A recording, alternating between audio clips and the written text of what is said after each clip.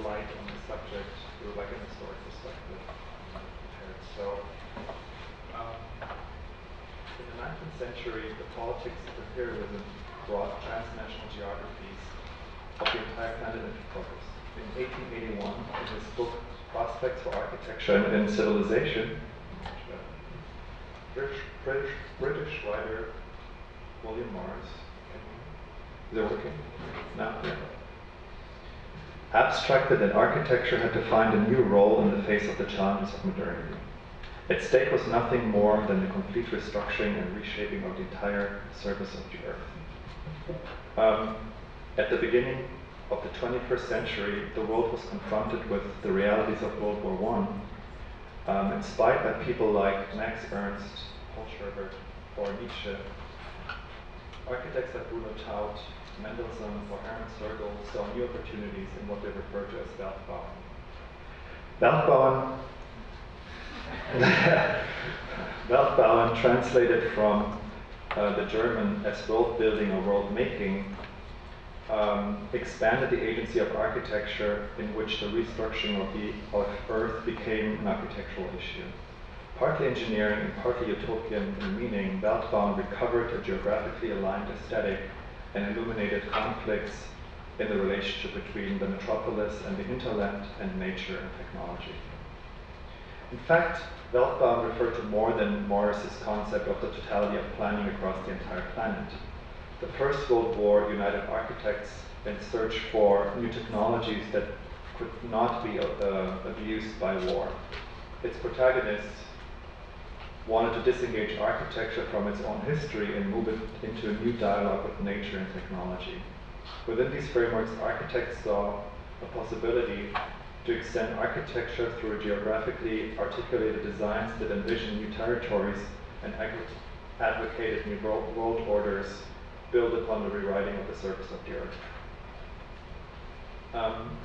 My presentation turns to the early 20th century self-proclaimed Weltbaumeister in an attempt to recast our understanding of the relationships between utopia, technology, and the environment.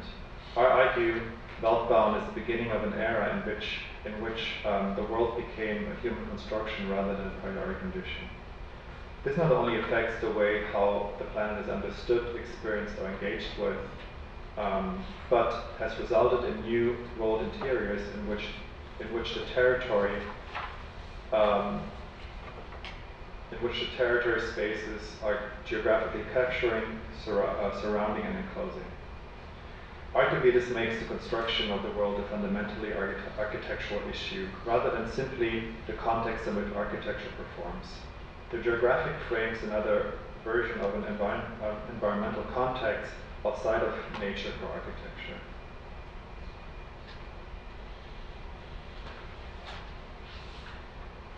In his book Alpine Architecture, Bruno Taut critically interrogated the social metabolisms of the early 20th century with the aim to reconceptualize entire geography, synthesizing society with territory by the means of architecture. After grueling World War I, he proposed to engage with the world in the spirit of empathy, imagining new territories that reflected properties intrinsic to nature, which he saw as the foundation of living together.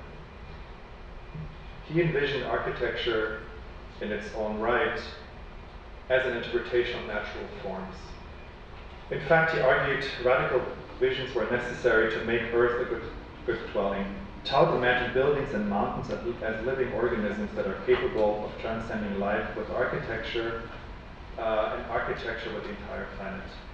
He envisioned elegant crystalline structures beautifying the Earth's mountain ranges in which humankind could perfectly and peacefully coexist. The crystalline metaphors not only synthesized society with territory by the means of architecture, but transcended them into new territorial autonomies within the context of architecture. Taut's personal sense of mission also matched his conception of the agency of architecture, and I quote, "Building, when all is said and done, is the recognition of matter and the abolition of all contradiction between it and mind. The architect becomes a demagogue, and the demagogue becomes an architect," end of quote. In his theatrical performance, Der Weltbaumeister, Taut drafted a scenario in which he sought to represent the creative principles of the world at work. Despite the fact that in his mainly hand-drafted schemes the existence of the human body was excluded, he rendered the body as object indirectly present in his continually self-renewing geographies. His proposal for global reconstruction performed a double function. First, the process of construction itself could be seen as a pacifist statement, and second, the complete reconstructions would be silent memorials proclaiming the end of a bloody war. Many writers, artists, and philosophers who heavily influenced the architecture of the time also addressed the divergent relationships between Mensch and Maschine, humankind and machine, in relation to complex territorial transformations. In his painting Europe After the War, Max Ernst processed the tragedy of the war by depicting an image map of a completely I don't like this word, but I have to say it. Re-territorial Europe. His painting illuminated an emotional desolation, physical exhaustion, and fears of the destructive powers of combined warfare.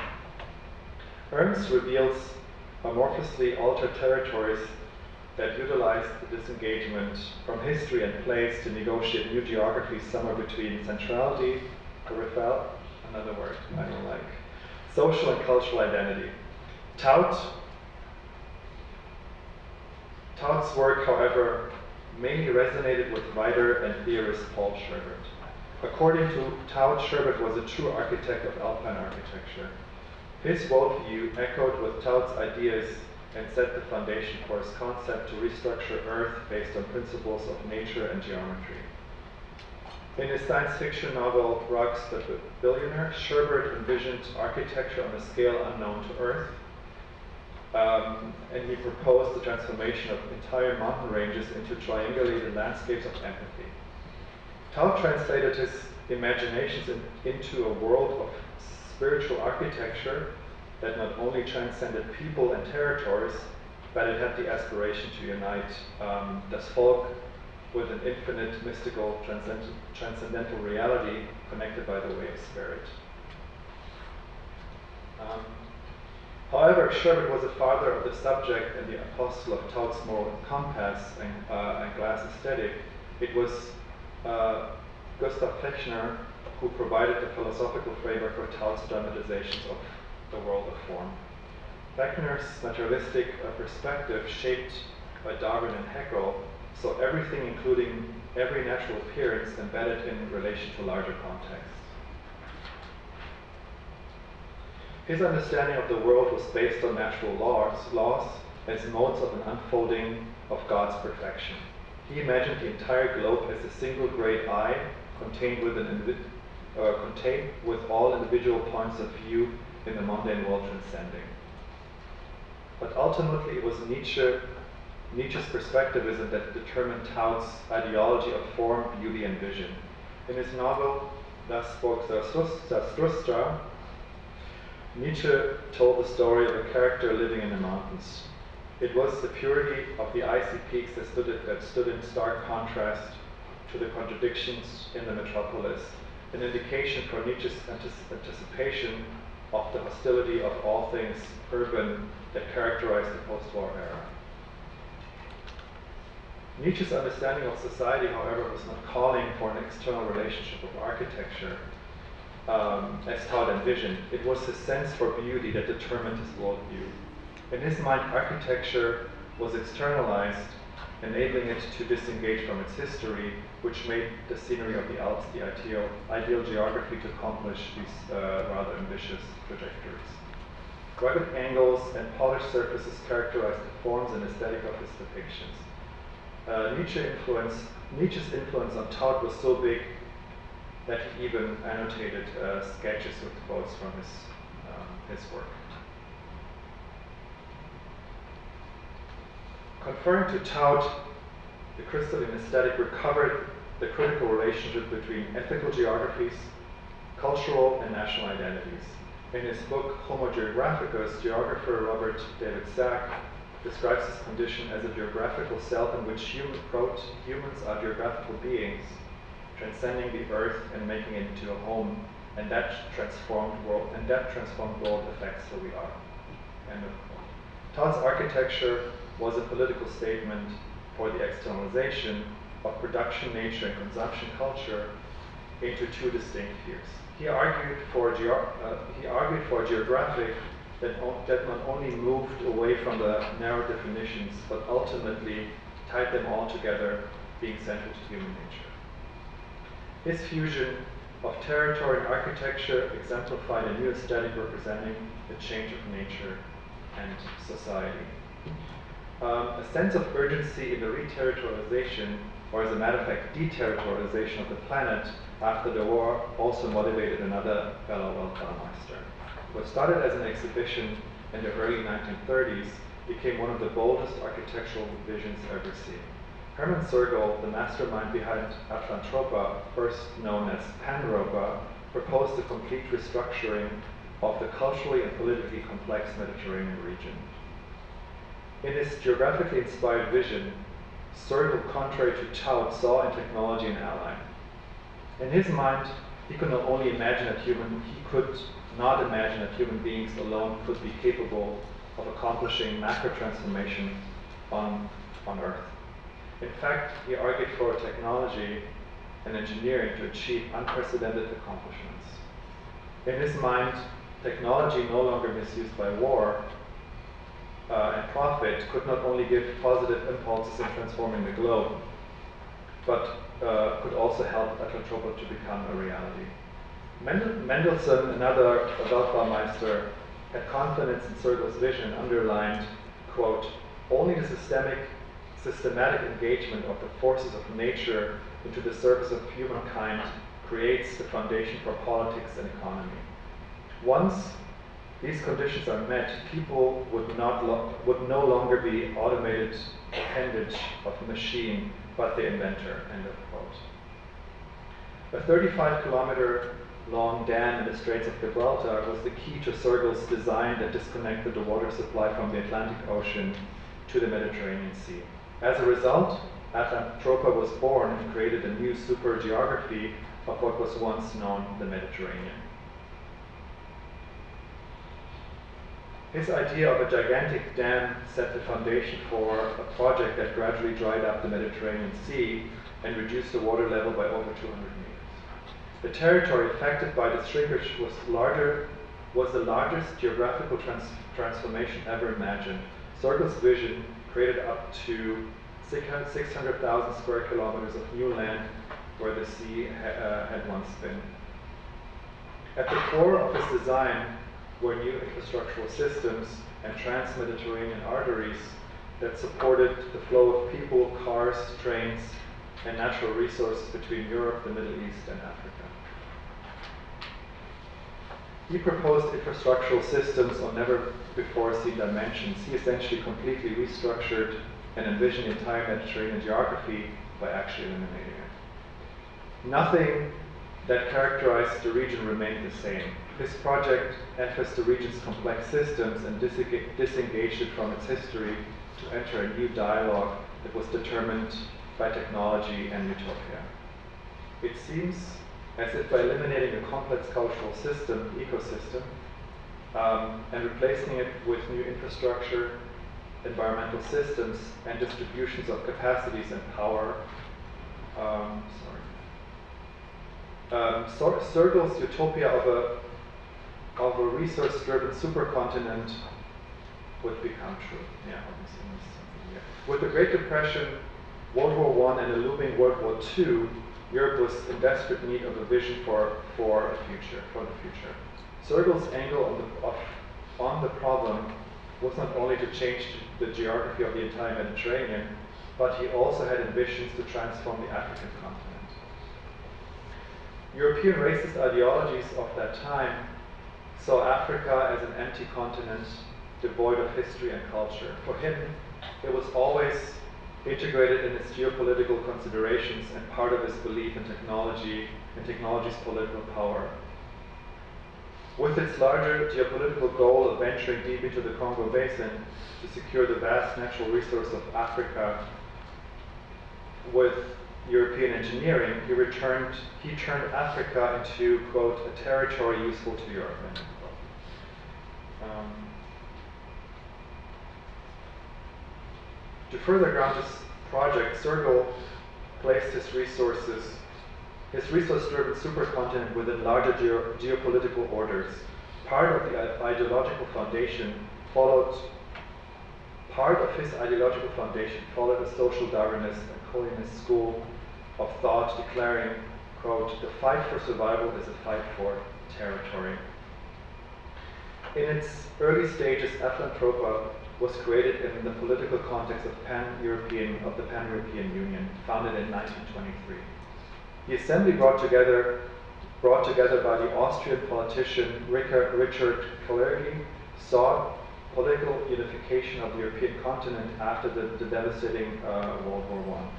When in 1929 Sergel's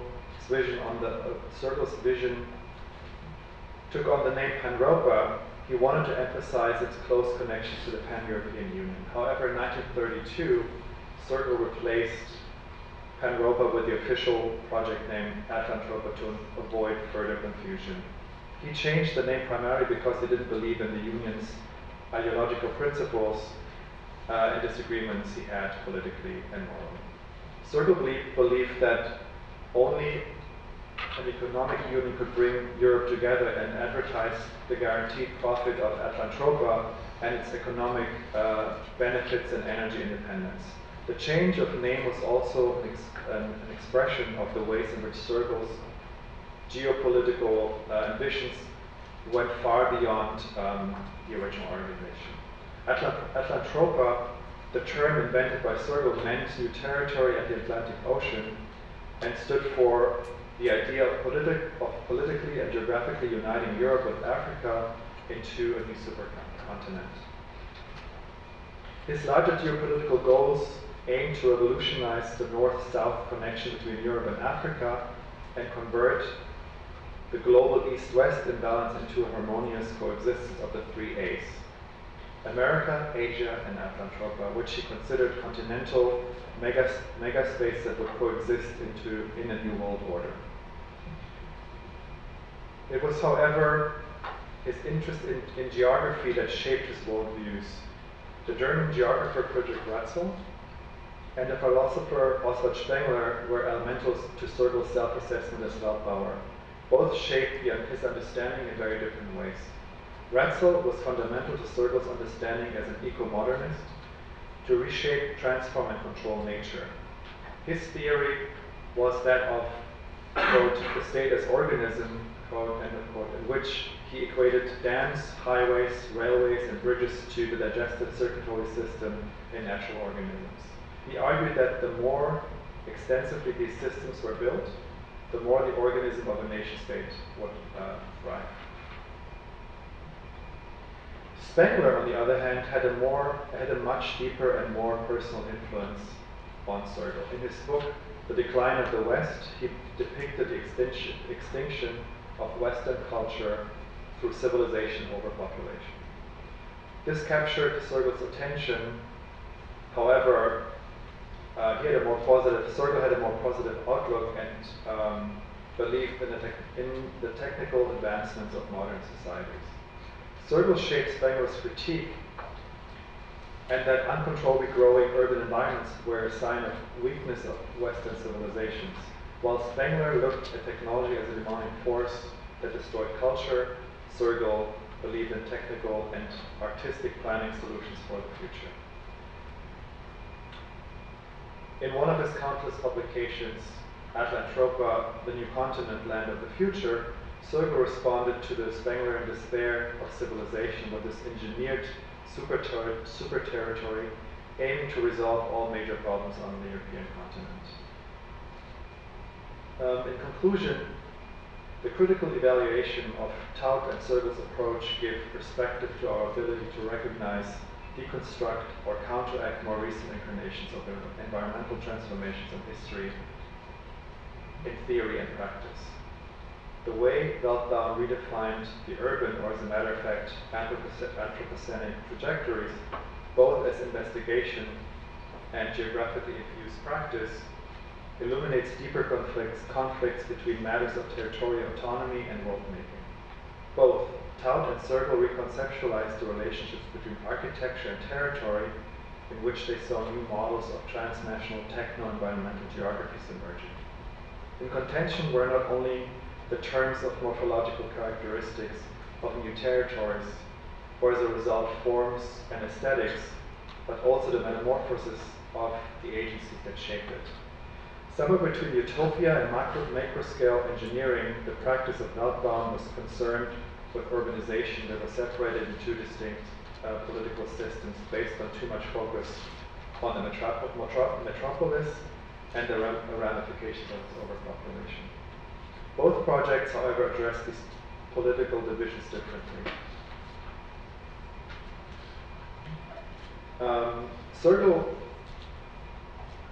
Sergel recovered new frameworks for the re-territorialization of the urban and foregrounded systems and aesthetics of territories in which the urban and the non-urban were bound into operational landscapes for resource production. Taut, on the other hand, aestheticized the hinterland as a geography for the consumption of ethics and aesthetics. Based on Ruskin and Ledoux, which she read avidly, Taut's aestheticization of mountain formations represented the redesign of nature as an anarchist event. He envisioned new architectural orders that aligned, if not redefined, entire geographies that symbolically determined new architectural autonomies within territory. For both Taut and Sergel, the territories they envisioned were a production of a combination of territory and walled interiors. Sergel envisioned a new super interior, or as Sloterdijk would have characterized it, a walled interior, quote, a world interior of capital, or a trade fair beneath the open sky that has drawn inwards everything that was once outside, end of quote. His bracing of the interior, or as Plato described the Mediterranean, as a common set of geographically captured territories, was a reflection of that there were no limits to planetary urbanization, continued population growth, and economic advance. He had no fear in transgressing natural limits. The only limit he saw was humanity and self-doubt. Taut, on the other hand, saw in humanity's transition to a higher level of planetary significance, in which she believed urbanization was viewed as a treatable side effect. Alpine architecture and Anthropoa are not the outcomes of other territories. Both are interiors in their own light. Their visions about the relationship between their territories and the rest were largely aligned as they provided an intellectual foundation for new discourses. Yet both projects reveal the limits of eco-modernism and technotopia as an opportunity for humans to finally come into their own. Their segmentation on a planetary scale set the foundation for new human capacities of the future. The distance between the spheres in which they operated became less significant than the environment that held them together. The way they replaced it and the way they regarded the world interior as an opportunity to reformulate spatial systems and natural limits as a metaphor for epistemology is a new rupture of geographic relations upon which the totality of urbanism rests today.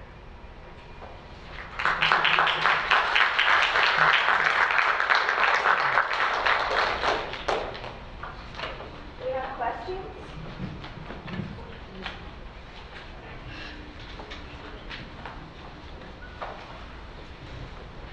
Hi. Thank you very much. It was really interesting. And my question derives from pure lack of knowledge. So forgive me if those are known facts. I just wanted, we all know very well Bruno Taut and can situate the Alpine architecture within his work. And we know that Taut had this visionary architecture the paper architecture and his urban planning concrete work, and we can reflect on how one affects the other and where they differ. However, I don't know much about Berman Sorgel, and I'm not sure if he's as well known as Taut. And I was wondering about his own positioning when he draws these plans, and whether he was working within any governmental official research institutions, and how it related to concrete German colonization schemes, the colonies that they lost, or the colonies that they were pursuing. So if you can situate this just more in pragmatic history, that would really be helpful for me. So pragmatic history in terms of like Sorgel's operation as an architect, as a planner, and the proposal of Atlantropa, how it fitted within larger colonial ambitions of Germany. That's a very good question.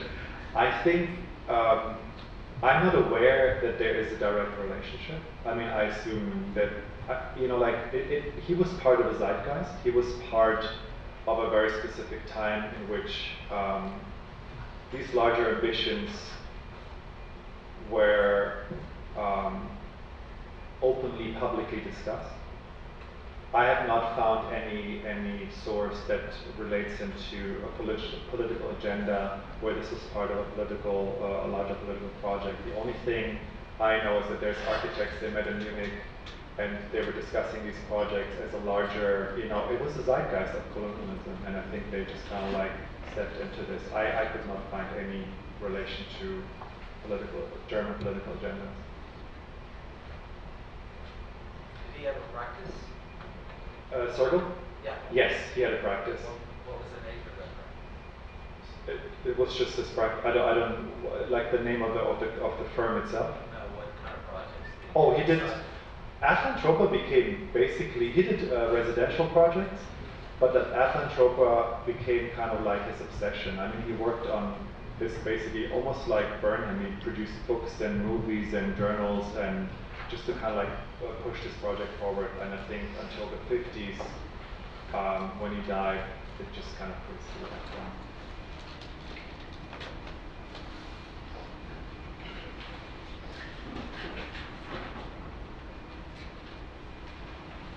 I just wonder whether you could reflect on the relationship of Sorgel and others and Taut with the German geographers, von Thunen and Kristaller, who were important in later both colonial projects and in the effort to redesign the East under National Socialism, so it would be a rational use of land and to remake the landscape and eliminate the swamps along with the Slavs. Yeah. I mean, can you give just can you reiterate the question, please?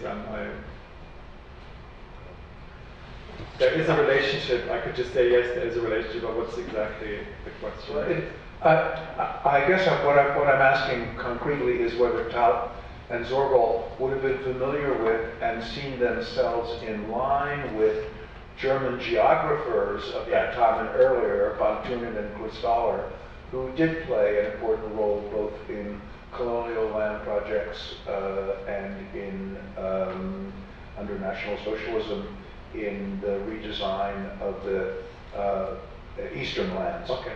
I mean, I can only speak for Sorgel. He was heavily influenced and inspired by Otto Spengler. And their relationship actually, even though Sorgel didn't fully agree with the theories and the ideas of Spengler, but his planning and his design was heavily influenced by him.